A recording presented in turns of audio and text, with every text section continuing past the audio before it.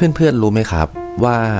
เมื่อถึงจุดหนึ่งของชีวิตเราก็จะเริ่มเข้าใจว่า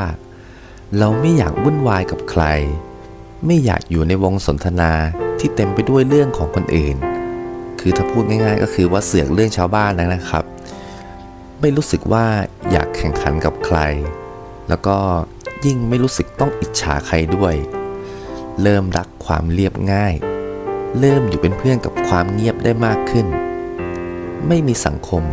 ก็ไม่เป็นไรแค่มีความสบายใจในทุกๆวันก็พอแล้วบางวงสนทนาเราถอยออกมาเงียบๆไม่ใช่ว่าเพราะเราอ่อนแอหรอกนะครับแต่เพราะว่าเราเลือกแล้วว่าอะไรควรเก็บไว้ในใจอะไรไม่จำเป็นต้องใส่เข้ามาในชีวิต